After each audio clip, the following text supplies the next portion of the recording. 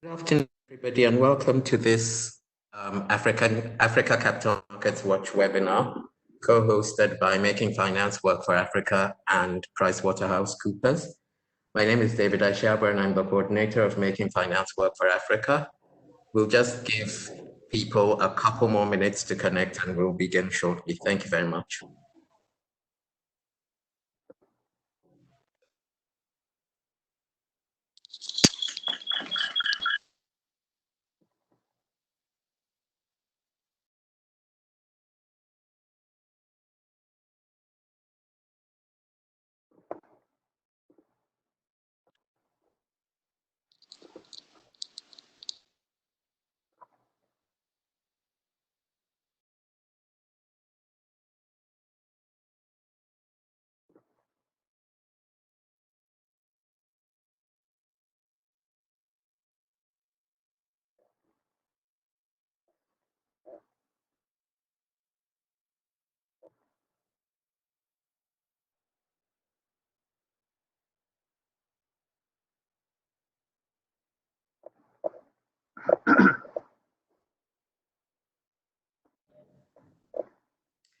Okay, good afternoon, everybody. Again, my name is David Ashiaba, and I'm the coordinator of Making Finance Work for Africa. On behalf of ourselves, Making Finance Work for Africa and PricewaterhouseCoopers, I'd like to welcome you to this Africa Markets Watch webinar, which we are co-hosting with PricewaterhouseCoopers, as I said earlier. In terms of our agenda for today, there's a couple of housekeeping points, which I will be making shortly. Then a brief presentation of Making Finance Work for Africa. I will then introduce our speakers from PricewaterhouseCoopers, who will take us through the main presentation for today. After that presentation, we will have comments from a number of eminent speakers. We have Mr. Jeffrey Odundo, who is the Chief Executive of the Nairobi Stock Exchange, and also Reverend Danielle Petty, who is the CEO of the Securities and Exchange Commission of Ghana, and also the chairman of the West African Security Regulators Association. We will then open it up for Q&A, and I will explain how you can submit your questions in a minute. Can I have the next slide, please?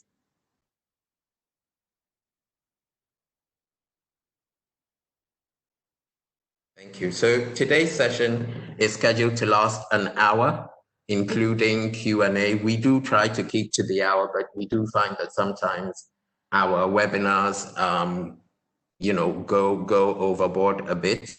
But we'll do our best to keep to the hour or an hour and 15 minutes max. To ensure the highest quality experience for everybody, all participants will be muted, apart from the speakers. Obviously, we do encourage you to participate and submit questions via the chat or Q&A buttons, which you will see at the bottom of your screen. What will happen is if you send the questions to all panelists, the team behind the scenes will be going through the questions and selecting some of them, which I will ask on your behalf. This webinar is being recorded, so you need to be aware of that. The slides and a recording of the presentation will be circulated to all registered participants, whether they attend the webinar or not, within 72 hours following the webinar. So you should get them by early next week. They will also be available on our website, mfw4a.org. Please, if you have any issues, any technical issues whatsoever, send the organizers a message via the Q&A function, which is at the bottom right-hand corner of your screens. And please don't forget to fill out the survey that appears automatically after the session. So just to do a brief introduction to Making Finance Work for Africa before we go into the main presentation today. Making Finance Work for Africa is a G8 initiative launched in October 2007, sorry, I took 10 years off there. We are hosted by the African Development Bank, And the idea really is to be a common platform for harmonization and facilitation of financial sector development in Africa. So we bring together donor partners, African governments, private sector, and other financial sector stakeholders with the aim of supporting the African financial sector to achieve its full potential and drive economic development and poverty reduction across the continent. Now, the next slide, please. So really, we have three sort of strategic priorities. We have actually four. We have financial inclusion, under which we do work in. We have a digital finance work program. We have an agricultural finance work program. We also do quite a bit of work in SME finance. We've recently started some work on trade finance, which isn't on the slide there. Financial stability and regulation, that has really focused around banking supervision in Africa. And we also have a long-term finance work program looking at capital markets development, trying to understand Africa's institutional investors and pension systems, how much assets they have under management, why they invest the way they do. And we also do work around housing finance. Knowledge management and advocacy is probably what we are best known for. Our website has a huge variety of data and information, country financial sector profiles, research on the African financial sector, etc.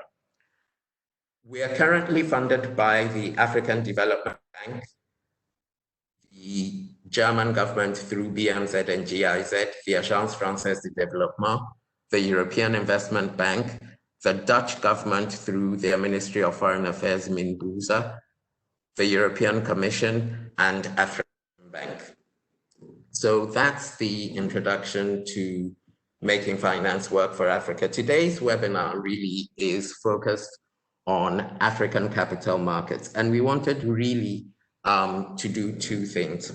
We wanted to look back at the performance of the African capital markets, both on the equity and debt side over the last 10 years, based on PwC's Africa Capital Markets Watch report 2019, which was released earlier this year, I think a couple of months ago. And we wanted to use that as a springboard to have a bit of a discussion around what is happening, what has been the impact of COVID on African capital markets, and also look forward to the role that African capital markets can play in the post-COVID recovery. We have an excellent panel of speakers. Two of them I've mentioned before. We have from PwC, we have Dr. Andrew Nevin, who is a partner and chief economist for PricewaterhouseCoopers Nigeria, and Alice Tomdio, who is the Director Capital Markets Services for PwC Nigeria. So I'm going to hand over to Andrew and Alice to take us through the main presentation. Thank you. And please do remember to keep submitting your questions via the chat function, and we'll be going through them at the end of the presentations. Thank you. Over to you, Andrew. Thank you, David, and thank you to Making Finance Work for Africa for hosting this, and AFDB and all the other partners, and thank you to everyone on this webinar. We really appreciate your time. I'm going to kick us off with just a few remarks about the economy and a few about the capital markets before turning over to my colleague Alice to go into more detail. So let me just start with a quick economic look on the next slide. And I think that it's fair to say that we all understand, I think at the beginning of this crisis, that if we go back to February, for example, economists did us all a disservice by severely underestimating the economic impact of COVID-19. At the time, back at late February, there were reputable groups still saying this will knock global growth from 4% to 3%, 4% to 2%. I heard someone in mid-March, a prominent economist in Africa, saying that the worst case for South Africa was zero growth in 2020. I think by now we all understand, we're all economists, we're all epidemiologists, and we all understand the severe economic repercussions. Essentially, one person's spending is another person's income. So when you have billions of people around the world go into lockdown, effectively you're going to have a collapse in consumer spending, independently of any other supply chain issues. And the net result is we now have the gravest economic crisis, certainly in our life. I hope certainly in our lifetimes. Up on the slide, you see some basic numbers from the IMF, which I feel are already out of date, but they were saying a few weeks ago that the world economy would shrink by 3%. The advanced economies, as you can see, the red line, 6%. In sub-Saharan Africa, which we're concerned with today, or all of Africa really, but this is on sub-Saharan, shrinking by almost 2%. But again, I think it's fair to say that I think many commentators, including perhaps PwC, would say that this is an underestimate of the economic damage. So we've seen numbers in South Africa looking at a shrinkage from 5 to 10%. We've used the same number in Nigeria, 5 to 10%. Similar numbers in some of the East African economies. So I think the economic toll is enormous on that. And I think that a critical part of coming out of the economic damage is going to be the role of the capital markets in Africa, and hence the need for this call. So I want to say a couple of words about the capital market pieces before turning over to Alice. But before I do that, I also want us to start to reflect a little bit on how the world is going to be different after COVID-19, because I think that we're starting to realize that some of the medium-term and longer-term effects may be more profound than we thought about. And if we think about the medium-term effects, one thing that's become apparent to us now is that coming out of these lockdowns is not a simple task. There's a slow opening of services, reluctant consumers, unwillingness, even if it was allowed to travel internationally, certainly. People are digitally enabled, so there's less need to use the physical world and incur those costs. People are comfortable working from home. So I think that in the medium term, most people would agree now we're not looking at a V-shaped recovery. And of course, in any recovery, whenever there's a hot spot of COVID-19, that's going to set it back again. So I think that in the medium term, a lot of challenges in coming from an economic perspective out of the long term, out of lockdown.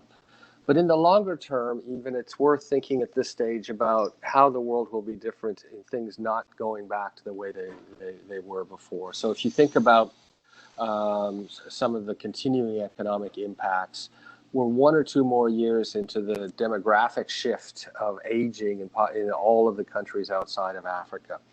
Millennials are going to be even more dominant in the workforce. There are going to be industries that really are unlikely to recover to 2019 volumes: airlines, hotels, commercial real estate, cruise lines, conferences and events, transport in big developed cities, clothing, physical retail. We're also going to have a significant sovereign debt hangover coming out of this. I haven't gone through the numbers, but you have fiscal stimulus ranging from roughly at least 10 to 25% of GDP in developed countries, all of which is rapidly increasing the debt levels. We're going to have a shortening of supply chains and deglobalization, which I think will have a big impact on Africa. And we're going to have a generation of young people that have come into the worst economic crisis, as I said, and face a difficult prospects to get established. So I think that even though we will go through COVID-19, it's going to have long-lasting effects on the economy, which I think all people need to think about, particularly the ones on this call for Africa.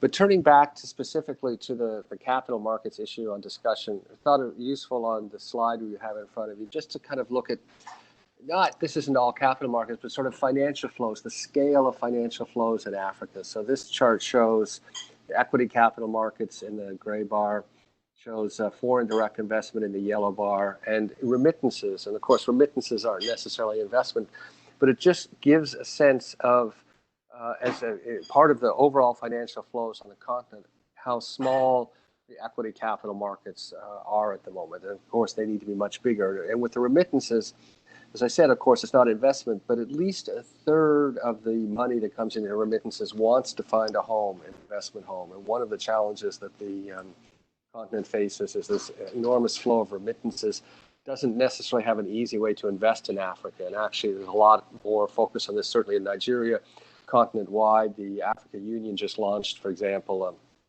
request for proposal for looking at a kind of diaspora fund on that. But you can see there's an enormous opportunity and need for the capital markets to grow significantly across Africa, coming out of the economic crisis we face. There was a question about remittances in 2020 and 2021. The World Bank has estimated that remittances, of course, because the remittances come from economies that are severely affected, well, all economies severely affected. The World Bank is estimating that remittances to Africa will fall by 25%. So if they're 80 billion and roughly 80 billion, close to 80 billion in 2019 official remittances, it would fall by 20 billion. So a significant impact. Next slide, please. Of course, this is a number that's all dear to our hearts in the capital markets. So this is market capitalization to GDP. You can see the countries on the bottom.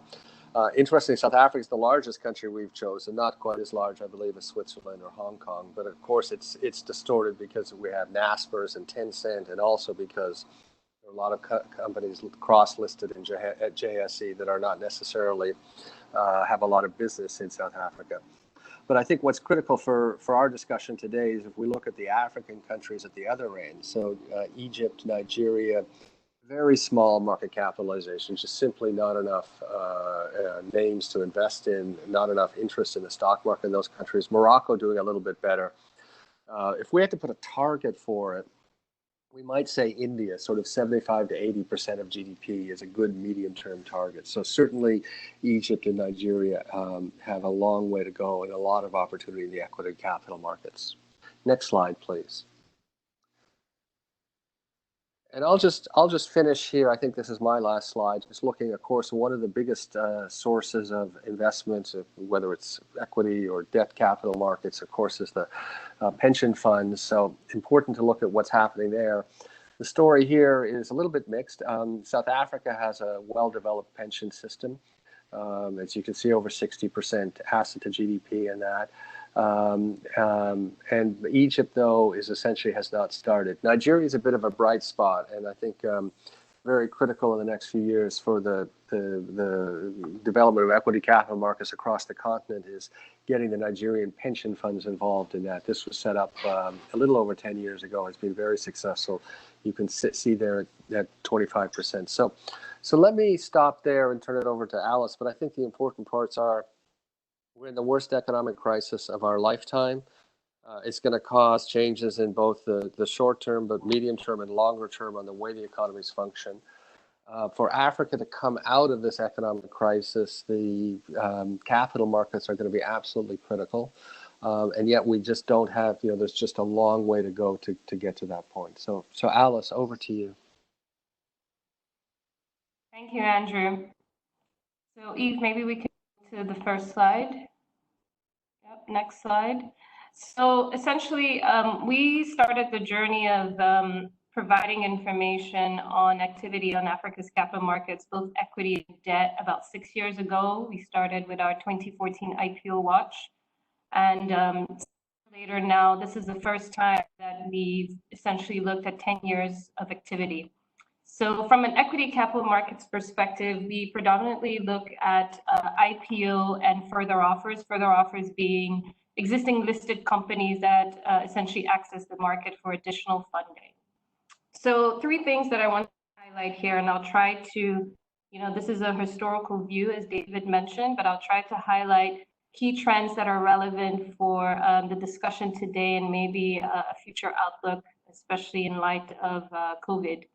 So 3 key things from an equity capital markets perspective. So the key thing here is South Africa really drives a lot of the equity capital markets activity in Africa. Other than 2019, South Africa constitutes about 62 to 87%, I believe 87% in 2012 of the value of the equity capital markets activity. So essentially, if South Africa sneezes, the rest of Africa catches a cold, essentially. And what does that mean? That means that if there are individually significant transactions in South Africa, there's a lot of activity in South Africa, that's where you'll see the spikes. So for example, in 2017, we had 4 transactions that essentially accounted for about 30% of the activity. And the IPO of Steinhoff Retail, so that was a spin-off of the retail segment of Steinhoff. And then we had 3 further offers by Barclays, Vodacom, and Sibanye. Barclays, obviously, back then around 2016-17 started the sell-off essentially. So for example, in 2017, that's what you're seeing there. In 2019, you see as well, there's a significant drop, and that's because there was essentially no activity in South Africa at all as far as IPOs are concerned, on the back of some of the failures from the 2018 IPOs. Okay, and the third thing I want to highlight here is if you now look at the 30-ish% that is left for the rest of Africa, those are really individually significant transactions. So for example, in 2014, you see there's a large spike there. That's largely the IPO of Seplat, which was about $538 million raised, and then the further offer of Citadel in Egypt, in Egypt. Just a correction there. Yeah, that's good. Next slide, Eve.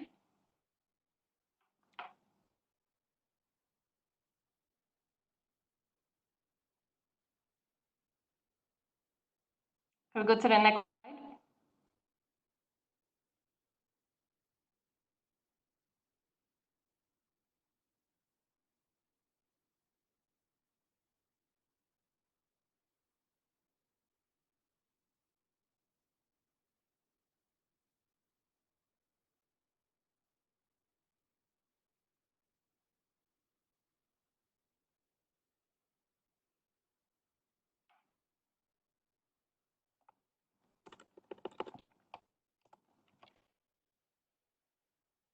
And just to everyone, the table on the left is essentially the top 5 transactions in 2019.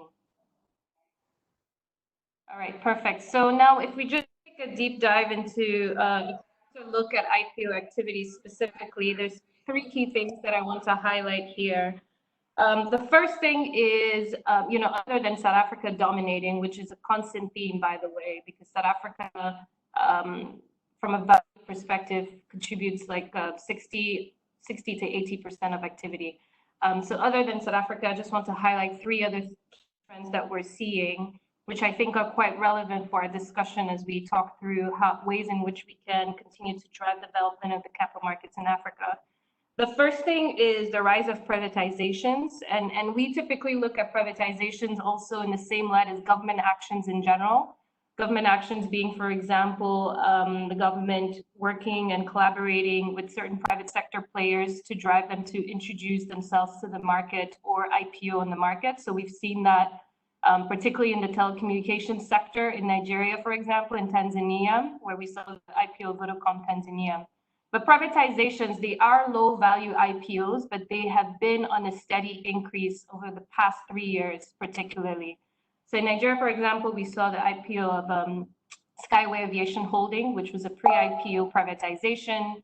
We saw the INM Bank in Rwanda as well, which was a fairly small IPO, but that's a rising trend that we're seeing. As well on the BRVM, the West African Francophone countries, we saw a slew of banks that came through, some of them partial divestments by the government. So that's the first key trend from an IPO perspective. The second thing is, and we've talked about this fairly, the power that there is in sponsor-backed IPO or private equity-backed IPOs. Back in 2018, we put out a publication with AFCA that essentially looked at sponsor-backed IPOs and the growth of sponsor-backed IPOs in Africa. Still quite low when compared to other markets like, for example, the UK and US, where it's about 60% of IPOs, whereas in Africa, it hovers around 23%. So you would see, for example, that on some of the largest sponsor-backed IPOs, some of them in the top 10 actually, in 2018, we had Vivo Energy, which was about $819 million raised. So that was Helios-backed, for example. We have Integrated Diagnostics in Egypt, which was an Abraj-backed IPO. So that's the second key trend that we're seeing. for private equities viewing the capital markets as a viable exit option for some of their portfolio companies. The third key thing from an IPO perspective is really something we also talk about is the collaboration and the power that there is, the strength in dual listings. So this is when domestic African exchanges and foreign exchanges essentially come together, or when companies pursue dual listings on a domestic exchange in Africa and as well foreign. Not only do you have deep pools of capital by opening it up to a global investor base, but the second thing is we've seen a lot of global investors pick up on the confidence of domestic investors who, you know, from some may argue that when you have domestic investors subscribing, that gives confidence to global investors that that is a quality equity sale. So some of the top 10 IPOs in the past 10 years, 3 of them were dual listings. Seplat in 2014, Vivo that I mentioned earlier, and Airtel Africa on the Nigerian and London Stock Exchange. Okay, next slide.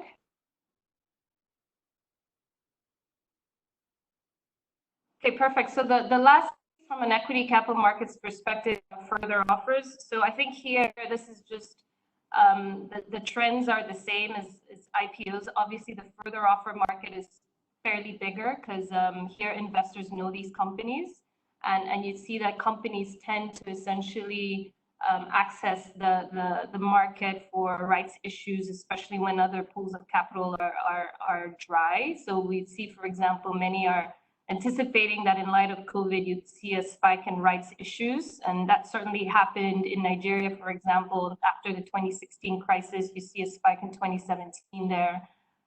Same thing in the 2014-15 from a South Africa perspective. So the further offer market is clearly more advanced. Some of the transactions here, again, you have individually very large transactions. For example, Barclays alone in 2016 and 17 raised about $3.8 billion here on the back of the sell-off of Barclays Group UK. And then here, just to further highlight and give some context, like I mentioned, South Africa dominates here from a value perspective, about 79%. And then second and third are Egypt and Nigeria with 6% and 4% respectively. So the further offer market is still a lot of room to grow as long as we have a strong pipeline of IPO candidates or companies getting on some of these markets. Okay, next slide.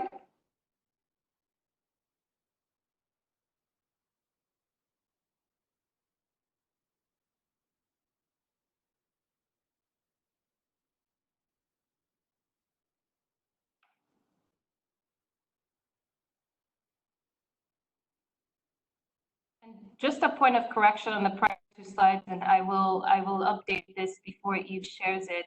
David's team shares it, but the legend should say million, not billions. I wish it were billions, but it's millions. So we'll update that. So what we try to show on here is essentially the split between domestic inbound, outbound, and cross-border transactions. The good news is domestic transactions continue to dominate both from a value and volume perspective. We also actually capture, to the extent that there's a dual listing involving a domestic African exchange, we capture that under domestic. So this is good news in general that in spite of these large transactions, you know, involving probably foreign exchanges, and like Andrew had mentioned, quite a lot of inbound activity into South Africa, domestic issuances are still the dominant and the primary way in which companies raise funds, be it through IPOs or further offers. Okay, next slide. So one thing we try to do here is just an update for Q1 on what we're seeing from an equity capital markets perspective. So it's really a tale of 2 halves. January and February globally really started on a good foot. On the back of you know, the Brexit negotiations coming to an end essentially, and clarity around that, easing of trade wars, there's really good sentiment in the market around January, February. Asia Pacific actually even contributed to most value in terms of IPO activity. And then obviously COVID came in and the markets have essentially gone dead, other than a few, and we'll talk about debt, but there's been some debt activity. But in Africa, again, very little activity. As you can see, South Africa, as usual, dominates. We've had some activity in Morocco, Ghana, Egypt, and Tunisia. Egypt being the only country where we saw a further offer and an IPO. Yep. Next slide. So I'll just go through and talk through the debt markets in Africa. We can go to the next slide. But just as a preamble, and we talk about this, and this may be an interesting conversation to the extent that we have regulators and other key capital markets participants on the line. We focus our publication on non-local currency debt activity. That is US dollar, euro, Swiss francs, more of the hotspots for Eurobond offers. We do not cover local currency activity in our report, and that's largely because the data on that is extremely elusive and hard to come by and hard to consolidate, hard to find in any kind of consolidated database like Bloomberg, Thomson Reuters. You know, we use Deal Logic, so it's really hard to find local currency data, but I will cover local currency data for Nigeria and South Africa very briefly at the end. So everything you're seeing here is essentially US dollar debt or non-local currency debt. So, the first piece here is overall debt activity. Obviously, sovereigns have been dominating the market, and there's been a lot of discussion in, you know, probably for over a year now on the level of indebtedness by various countries, a lot of them coming into the market for the first time in the past 2 years. The key thing here is over the last 10 years, 50% of the debt that we've raised has been in the past 3 years, so 2017, 18, and 19. So in light of COVID now, you know, there's discussions around any kind of countries coming for IFC or any kind of concessional funding cannot essentially go back to the debt market. So the question here is really around sustainability and what do we need to do in order to grow our local pools of capital. So Andrew had a slide there on our savings to GDP ratio, and the key question there is, are we saving enough, and should we, you know, be thinking critically and differently about how to come up with instruments that allow people to save in at a micro level in order for us to essentially have an asset liability match, where you have local currency funding for local currency projects and budgets, essentially. Okay, the next slide.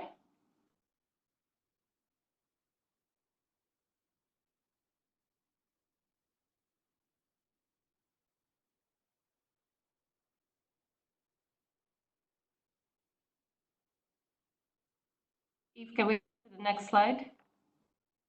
Yeah, perfect. So I'll breeze through the next 3 slides, which essentially are divided into a deep dive into sovereign, and then supranational being DFI type institutions, and then corporates. So the key thing here is, again, highlighting from the previous slide, countries, African countries have accessed the market quite a lot between 2017 and 2019, Egypt being the largest, followed by South Africa and Nigeria. Okay, next slide.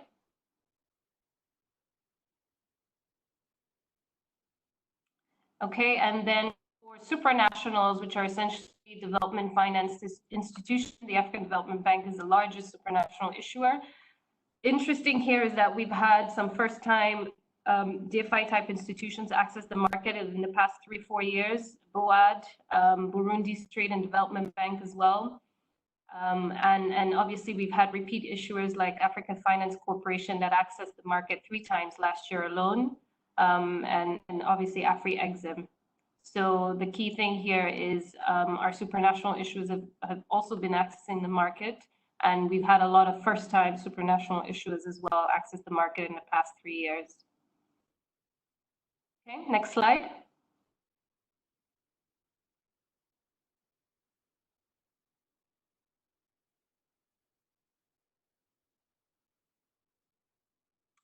Okay, as far as corporates are concerned, really the Eurobond market for corporates is really concentrated in three key sectors. The resource sector, which is probably the first sector to really have access to the market, so oil and gas mining predominantly. The second sector being financial services, so the large banks, and the third sector, which has emerged really in the past 5 years, being the telco sector.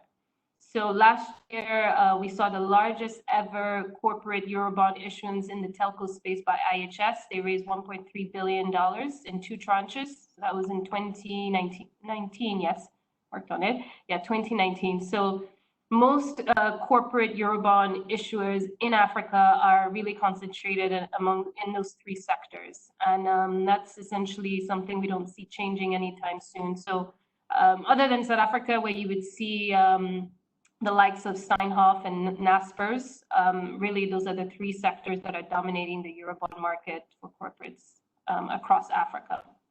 Next slide.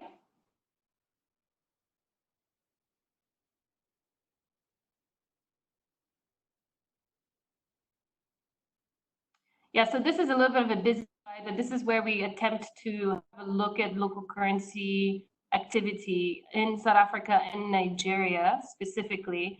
Nigeria is an interesting story. Nigeria's corporate debt market has really grown tremendously, especially since I moved to Nigeria in 2016, where I think pension assets at that point were maybe 5 trillion or 6 trillion naira, and now as of I think Monday or so was 10 trillion naira.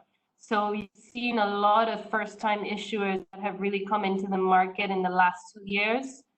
In new sectors, Mixa, for example, in the real estate sector, we saw the first power sector issuance backed by InfraCredit, North-South Power, and Viatan Energy.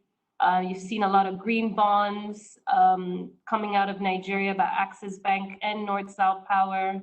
So there's been a huge, I think the story around the development of the local currency debt market in Nigeria is quite interesting. I know Ghana, and maybe Reverend Tete can cover this, but Ghana, I know, are looking into a green bond framework right now.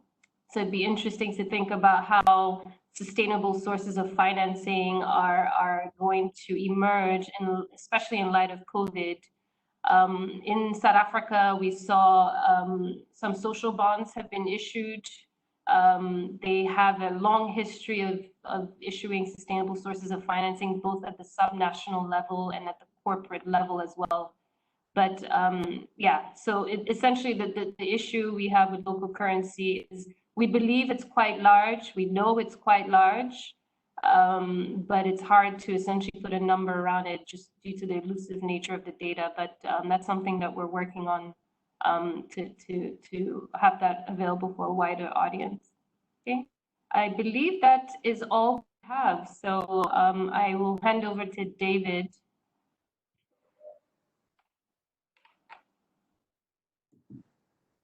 Thank you very much, Andrew. Thank you, Alice.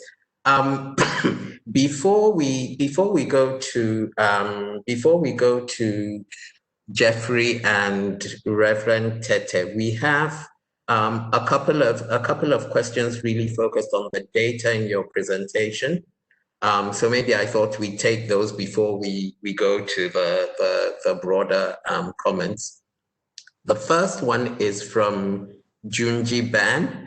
And they say the telecom sector accounts for a large portion of equity capital markets transactions. What sector comes next? So I guess it's about looking at the the sector composition of transactions in the equity markets.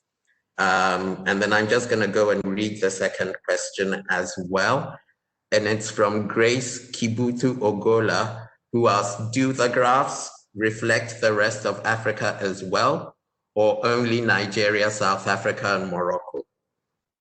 So I don't know who wants to take that. Would it be you, Alice, or would it be Andrew?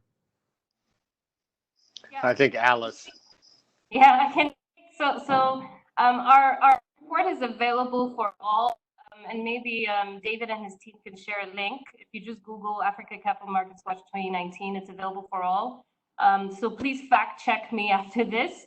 So on the first question of ECM transactions overall, telco definitely, and similar to the debt side, really it's financial services and the resource sector as well.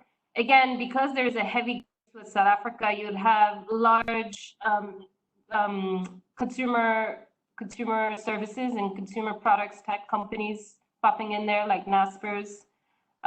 So those are really the 3-4 sectors that dominate. And that changes and shifts as you look year to year. For example, the debt market for telco was largely, there were no issuances, I think, in that sector in 2018, but in 2019 it dominated. So it shifts really across those 3 sectors. The second question on the graphs, it depends if you look at the graphs on Andrew's presentation.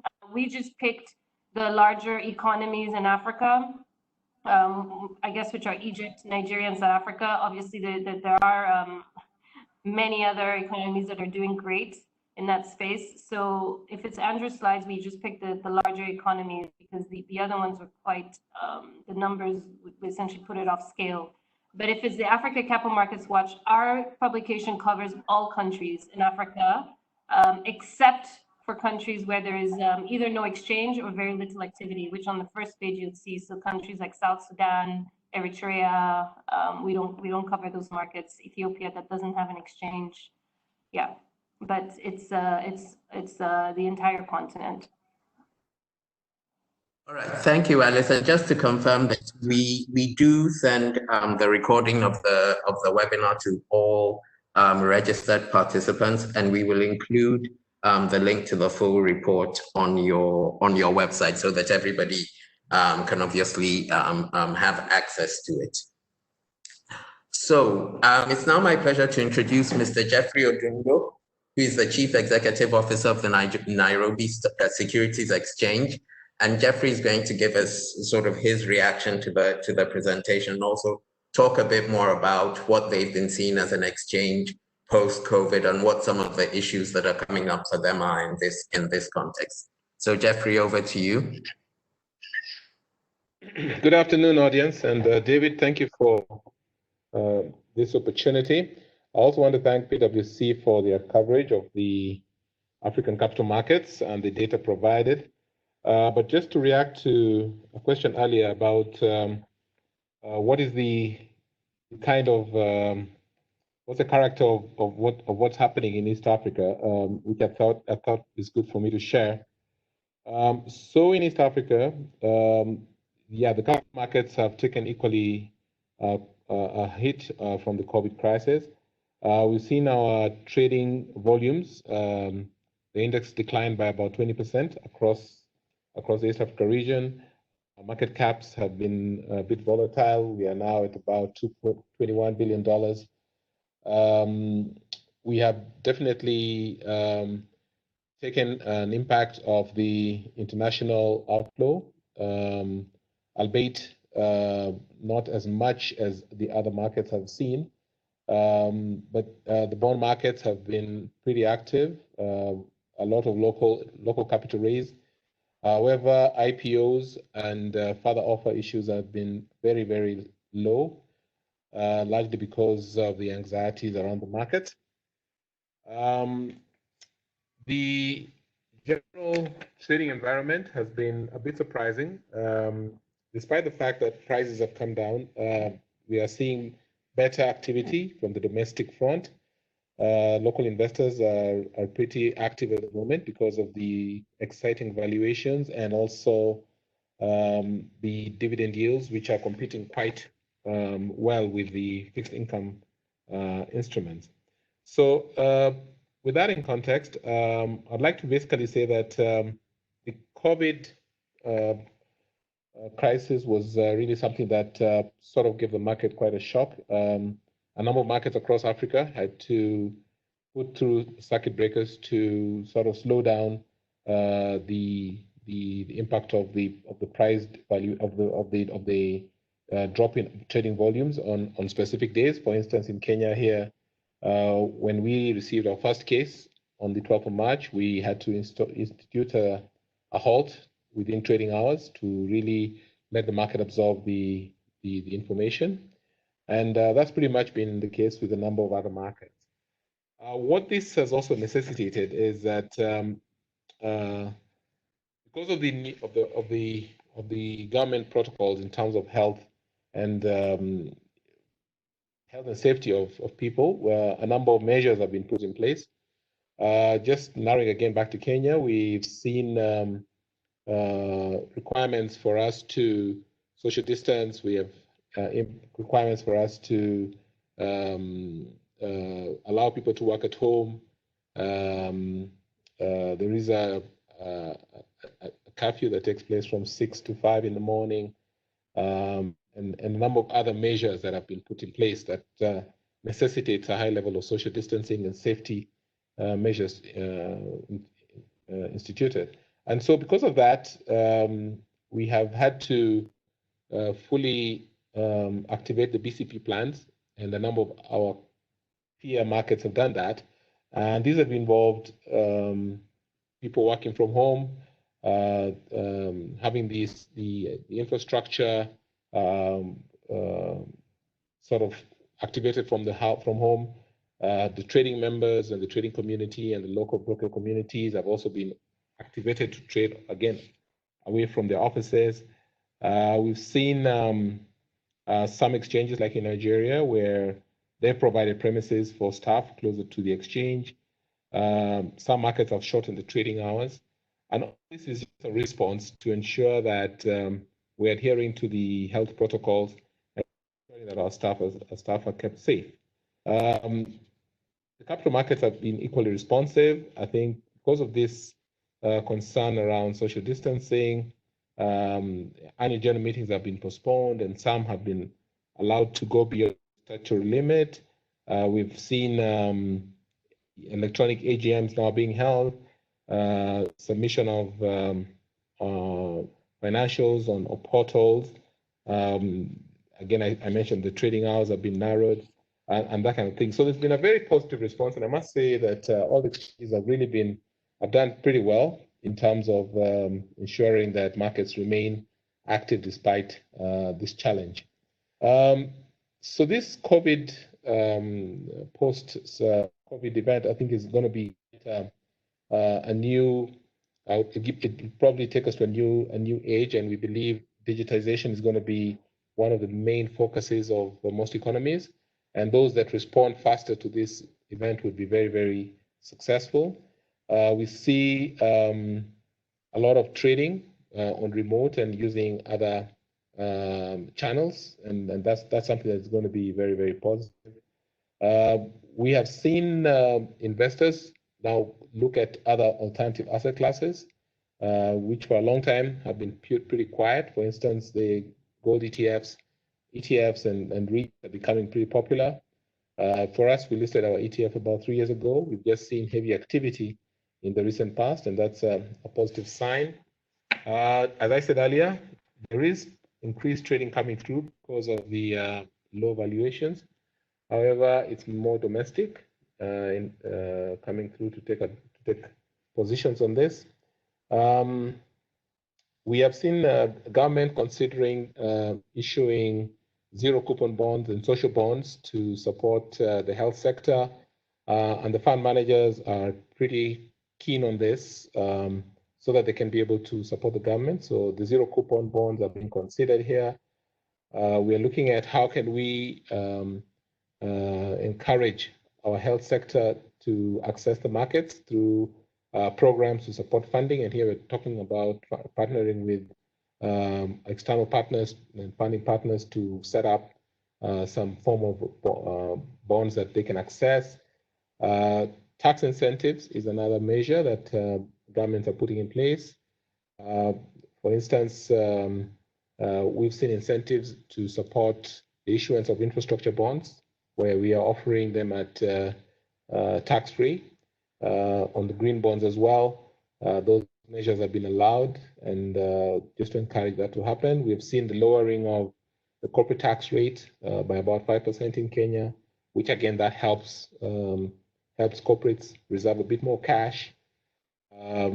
There's a very heavy cross-sharing of information between African markets and other markets across the continent through platforms like the World Federation of Exchanges, and we're all piling in some of the measures that we're putting in place so that people can learn from each other. There's a huge humanitarian fund that has been put in place by respective countries, and this is basically to support the health sector, primarily going to things like ventilators, PPEs, and a number of other equipment to allow the treatment of this pandemic.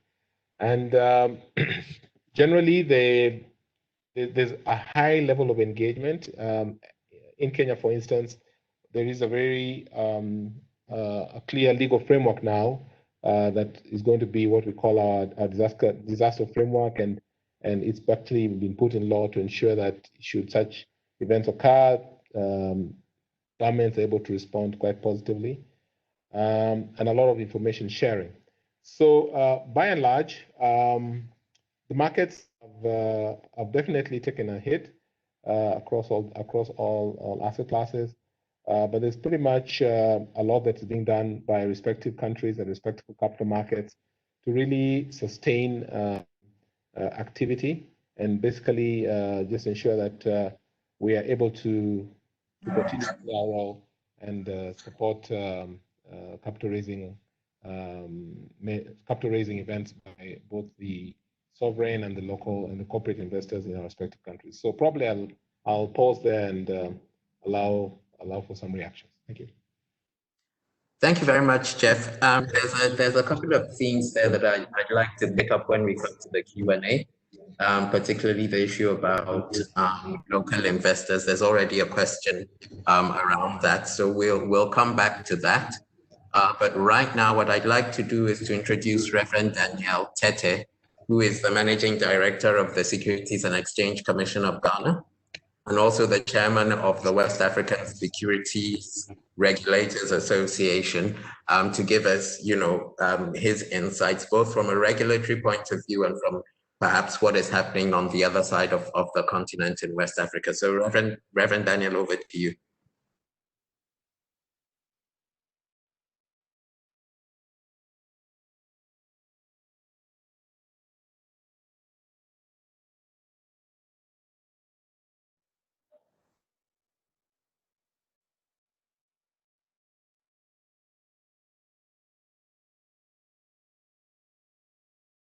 For instance, the fact that the impact of COVID on the economy probably hasn't been estimated fully, and we are likely to face, a long-haul challenge in terms of recovery. And then in terms of the presentation by Alice, again, I agree on especially the fact that the trend in IPOs over the past 10 years have been on the decline. Indeed, we had a committee and AMEC that was looking at what can be done to address the drop in the activity on the IPO front, and basically looking at what ideas can be implemented from the policy perspective and all of that. And I think, again, the points that Alice mentioned, privatization, in Ghana, we are seeing some kind of resurgence in the state-owned enterprises, being some of them that had been run down, being brought to life. And the thinking is that some of them can be, as it were, prepared to come to the market so that government can get out and also contribute to the development of the capital market. And then also, we are beginning to see some more private equity activity here, and the signaling we are getting from those operating is that they intend to use the capital market as an exit option. So I think, to the extent that, we see more of PE activity and, actually exiting using the capital market, it could help in terms of addressing the challenge of the death or the slowdown in the IPO experience here in Africa. But I think I can also say that when it comes to the capital market, while we've seen, as it were, IPOs being a bit lackluster, we've on the other hand seen some more activity in debt issuance. So one of the ways to look at it is that, well, if the equity side is not doing as well and it's being compensated by the debt side, it still is part of capital market activity. And so while we will sustain our efforts on addressing the equity side, we are happy to encourage the debt market. And on the equity side, one of the things that, for instance, we're looking at here in Ghana, and it's shared within WASRA, is to look at the SME pipeline. So here in Ghana, we have the Ghana Alternative Exchange that is tailored for the SMEs. So the idea is, how do you create a pipeline? How do you get a number of SMEs, prepare them in terms of their corporate governance, their reporting standards and all of that, to prepare them to come to the market. So those are some of the initiatives or the perspective that we have with regard to how to get the capital market still going. But in terms of COVID-19 and the impact on the capital market, I think the case in Ghana is a bit interesting. Interesting in the sense that if you look at the numbers, you look at January to April, you find that market activity has been rather robust. So maybe let me just say that because the Ghana Stock Exchange is, for instance, set up to operate electronically, so there was no disruption in its operations at all, and quite a number of the market operators are able to trade remotely.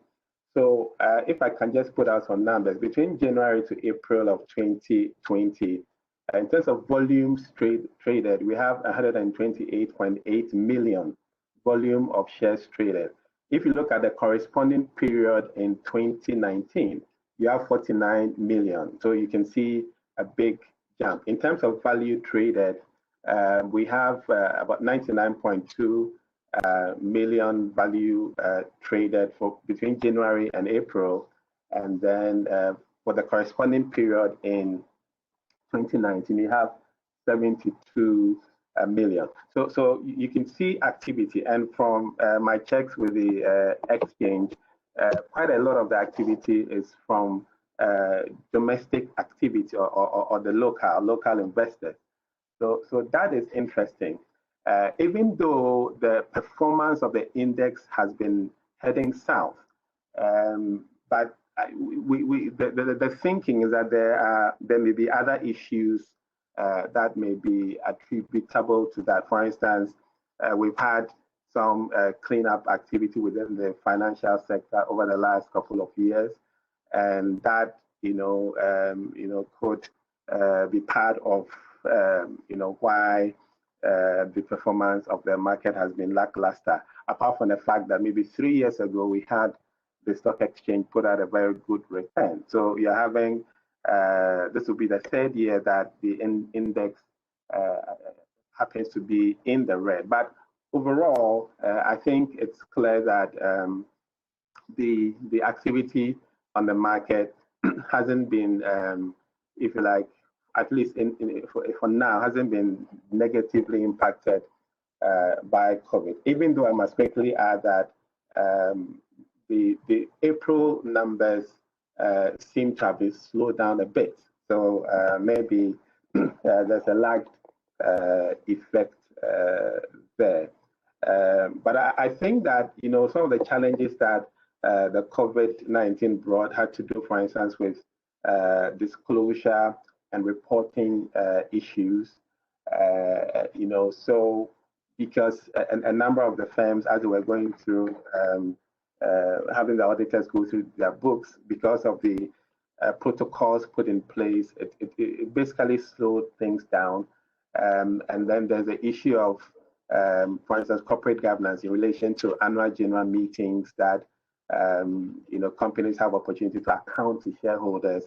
That also has been impacted because of the protocols that have been put in place. So what we did from the regulator point of view, we give concession to the listed entities in terms of getting the dispensation when it comes to the deadline for reporting. So I would say, disclosure and reporting issues and corporate governance issues are some of the concerns. And then probably one other impact which I suspect will come through in the coming months has to do with the impact on the drivers of the price movement in the listed counters, for instance. So for we know that earnings and then dividends are key in driving prices. And I think Andrew alluded to when he was making a submission, once consumption is affected, it impacts on the other economic actors. So we can expect that earnings will be muted as a result of COVID-19, and that can impact on the valuations.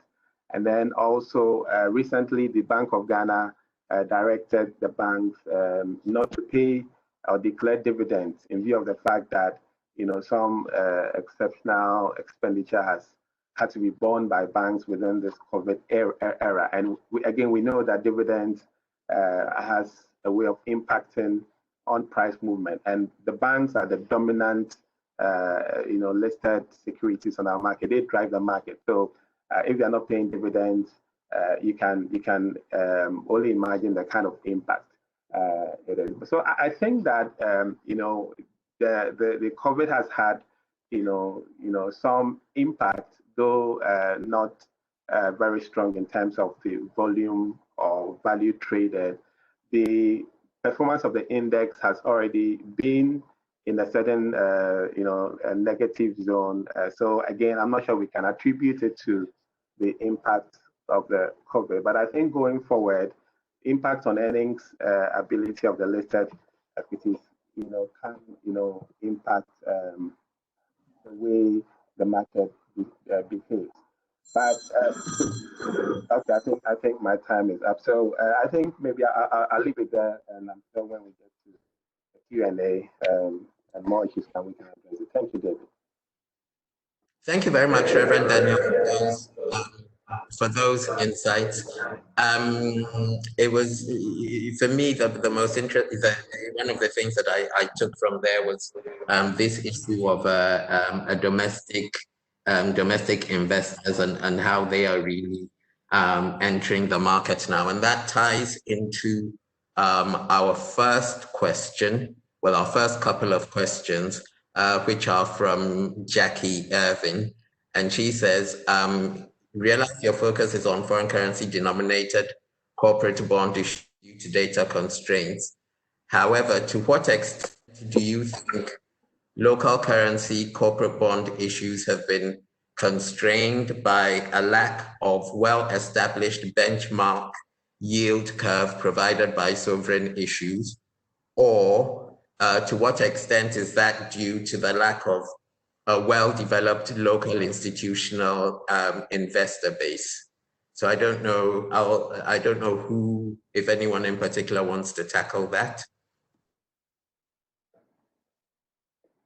Probably I could too. Thank you for the question. I'd like to highlight in the bond market and really why I think there's still some very important information that can be shared. I think a lot of capital markets are now focusing on the debt market as a key asset class, and largely because of the increased demand, especially from local institutional investors for more of annuity determinable income.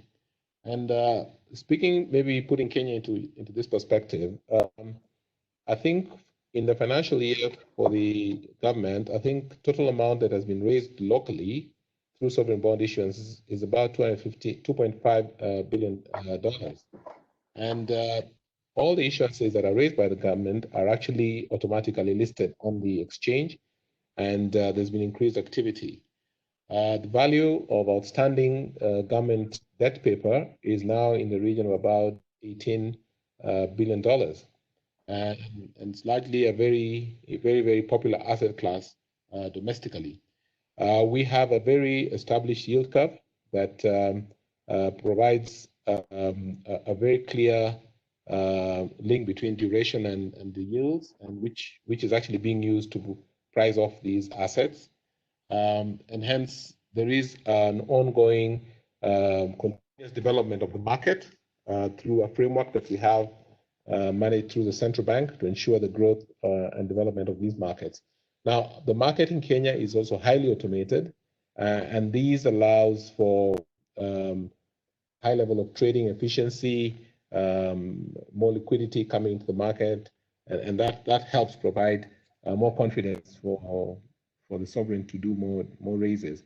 On the corporate debt market, that's been a bit challenging, largely because of we've had very peculiar challenges to Kenya, which we are trying to come out of, and these were due to certain issuers who had challenges in redeeming or in paying up, had certain challenges which we probably couldn't be able to share for now. But I do say that there is information that can be availed to investors. There is increased demand, and we're seeing foreign investor inflow into the debt market, and this information can actually be available to all our investors. Thank you. Thank you very much, Jeffrey. Does Alice, I think you want to comment on that?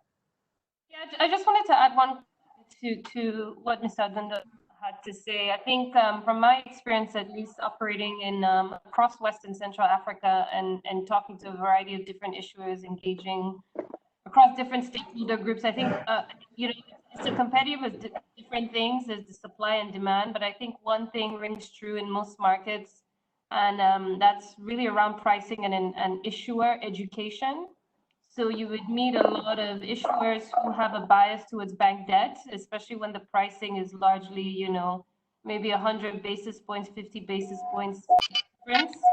You have a lot of issuers who view the process of issuing a bond quite taxing, which rightfully so, right? It's not like calling your banker and getting a debt right away. So I think the point, I think it's Reverend Tete that made the point. I think a lot of issuers have a learning curve, right? Accessing the capital markets involves a transformation in a sense, right? Thinking differently around your corporate governance structure, thinking differently around your capital structure. So I think a good thing that regulators have done is not compromise on that process. And you've seen that happen in some other markets like Egypt, for example, where there's a slew of failures, and then they mandated this really interesting ratio that you had to prove in order to issue any kind of debt. So I think it's if I had to say one of the things that I think rings true in most markets is really around issuer education and pricing. Thank you, Alice. Reverend Tete, do you want to come in? Yes, I totally agree with Alice that issuer education is key, and it's actually it's part of the strategy that we have here in terms of helping the issuers to become more comfortable with the process. And I also wanted to say that at least we have corrected the inverted yield curve, which we had, some time back here in Ghana. So we have a yield curve that serves as an important pointer for pricing of bond issuances. Yes, the government is more active in that space, but we think that we will get the corporates to get active as well. We are hoping to establish local credit rating agencies that would, if you like, provide an independent or third-party assessment of the issuers of the securities. So it's something that's on the sheet for this year. And so I think that that would help in the development of the bond market. Thank you very much, Reverend Tete. I'm very conscious of time. We are 10 minutes over the hour. So what I'm going to do is there's one last question from the audience, and then I have a question. So I'm going to ask them together because they're kind of related. So the question from Peter Hinton is, local currencies seem to have been hit quite badly. What impact do you think this will have on capital markets in the medium and long term?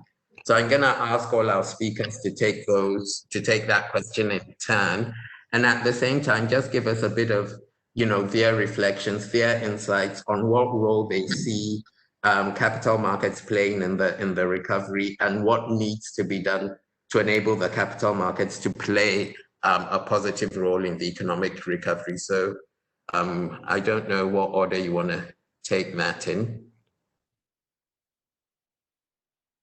Maybe I'll start with Jeffrey. I see your mic is open. Thank you. Yeah, so yeah, the local currencies have actually taken a hit, and this is expected given the strengthening of the dollar, both locally and internationally. I think that has had an impact. The fact that a lot of people would rather position themselves for holding onto the dollar because of uncertainty, especially around say exports and imports of products. That has had a very huge impact. And so the weakening of local currency definitely does provide an opportunity for international investors to acquire stocks a lot cheaper in the local market. And that really is the scenario we're witnessing here, where we see our foreign investor inflow is still within the target that we saw, and so that is likely to continue in the medium term. I think until there is some sort of certainty on how this whole COVID will play out, I do foresee the range at which the currency will continue remaining within that range, and so I think it's more about how do the other macro factors support this. And we've seen Kenya, for instance, the central bank has actually done a number of things. They have continuously brought down the central bank reference rate, which is used to price banking assets, and also the cash ratio, to just provide more liquidity and also to manage all these factors. Finally, what's our view about this? So we are being very real to this fact that we think this is going to be a very long play. As a nation, we've taken this as positive as we can and trying to adapt to it. And so it's how we will continue ensuring that a lot of our activities now will focus on how we can ensure that our customers are able to access the market, the infrastructure remains robust within its remote framework, and also just supporting the respective sectors that are going to be impacted on heavily to ensure that they're able to respond. And also we are working very closely to provide or open up the space for more privatizations, and people want to access our products, and that's what we are really keen on. So that's how we anticipate it's going to play out for us. Thank you. Thank you, Jeffrey. Maybe Reverend Tete next, and then I'll take Andrew and Alice. Yes, thank you, David. I agree that local currency will definitely take a hit, and for me, I think I want to see it as how we can see that as an opportunity to deepen local capacity. I mean, for Ghana, one of our challenges is our import bill. But with this COVID crisis, some of the things that would have been imported, we are looking at producing them domestically. So how can we use the capital market to raise patient capital, long-term capital that can help in addressing the supply capacity within the economy? And I think Alice, in the submission, also alluded to the fact that we are beginning here in Ghana to look at also a framework for green bonds, which can help in addressing some of the infrastructure gaps, and then social bonds. I think there is an opportunity to leverage on the capital market to raise the necessary capital to strengthen domestic capacity to produce goods and services that ultimately will reduce the import bill, and by extent it will ease the pressure on the local currency to an extent. So we have to deal with it, and we have to just take advantage of the situation, use the capital market, help to mobilize more savings and investment in the economy. And I think it will help in the long haul to contain this pressure on the local currency. Thank you, Reverend Tete. Well, I think this is a critical question, not just for capital markets, but for the entire continent. I mean, it's highly suboptimal that we use the US dollar to trade between African countries. I mean, I think everyone on this call would recognize the costs of that. And it's critical that we move beyond it so that people are using African currencies to do African business, particularly as we have the AFCFTA coming along. We're raising capital in African markets. So I think that this is an urgent task. I mean, I think the kind of people that need to move it forward are like the AFDB, Afra-Exim, EcoBank is the Pan-African bank here. But I mean, one of the things on PwC's agenda is actually we're trying to do an estimate of the cost to the African economy of using the US dollar for trade. Even it sounds ridiculous, but even between PwC Ghana and PwC Nigeria, we're exchanging US dollars, and effectively we're giving seniorage away to the US and costing Africa a significant amount. And so, but I mean, as the economies grow, the currencies, I hope, become more attractive, and people want to hold on to them more in their basket. But we need sort of more economic weight globally to become that. But even a small country with a stable currency can become a place where people want to hold their currency. I mean, you look at a place like New Zealand as an obvious example. So, but in terms of capital market development as well, I think it's critical. One of the things we wrote quite a big paper for Nigeria on unlocking dead capital. So, I mean, it's not just a question of getting capital from abroad into the capital markets. I mean, what we're saying is the capital has to come from Africa, then the diaspora, then the other people will invest. But I mean, every country has a huge opportunity to unlock dead capital. So this, and particularly in Nigeria, for example, we estimated, I think, $200 billion of capital tied up in real estate that's essentially a dead asset. So if we want the capital markets to move, I think capital market participants have a big role to play in every country and then across Africa, helping to unlock this dead capital, because this capital within Africa is just not being used productively. And if we can unlock it, will drive the capital markets, both the equity and debt capital markets, and which we all need are there. So that's some of our thoughts from PwC on this issue.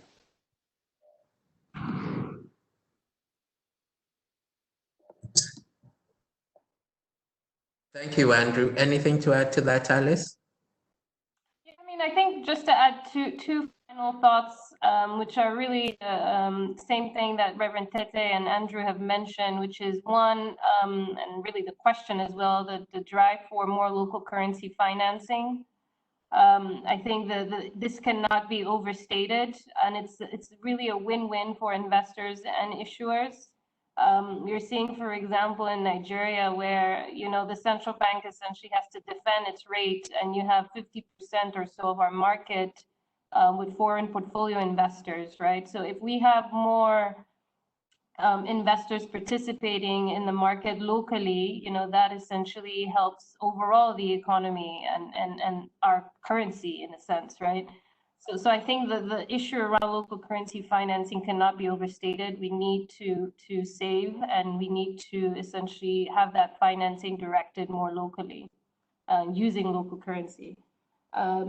The second point I wanted to make, which is what Andrew alluded to, is really collaboration across countries. And I think Reverend Tete, in his role with the West Africa Securities Regulator, there's an initiative, at least for the West African countries, but really crowding in smaller markets into deeper pools of capital in the larger African markets is also something that could really revolutionize the way our capital markets operate. You're seeing this almost at a micro level with the Francophone East and Central markets that have essentially an economic union. So if we had that kind of collaboration across countries in West Africa, for example, I know East Africa has some version of it, that could really revolutionize as well the way our capital markets operate. Thank you very much, Alison. I think that's a very good point on which to end this webinar. We're 20 minutes over time. So thank you to those who have stuck with us. A big thank you to all our speakers, Mr. Jeffrey Odundo, Chief Executive of the Nairobi Stock Exchange, Reverend Danielle Petty, CEO of the Securities and Exchange Commission of Ghana and Chair of the West Africa Securities Regulators Association. Special thank you to PricewaterhouseCoopers for partnering with us, and to Andrew Nevin, their Chief Economist for PwC Nigeria, and also Alice Tomdio, Director Capital Markets, PwC Nigeria, for putting the presentation together and sharing their work and their insights with us. In terms of follow-up, the contacts of the Secretariat are on the screen. Apologies, we didn't get to take all the questions, but we will take note of them and we will get you responses. As I said at the beginning of the webinar, the recording of this webinar and the slides will be emailed to all registered participants within 3 working days. So you should be looking to get them Monday, because there's a couple of holidays here this week.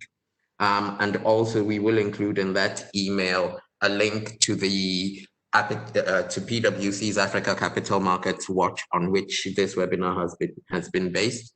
So thank you very much again for your time, and stay safe and stay well, and hope to see you soon on another Making Finance webinar. Thank you. Bye-bye.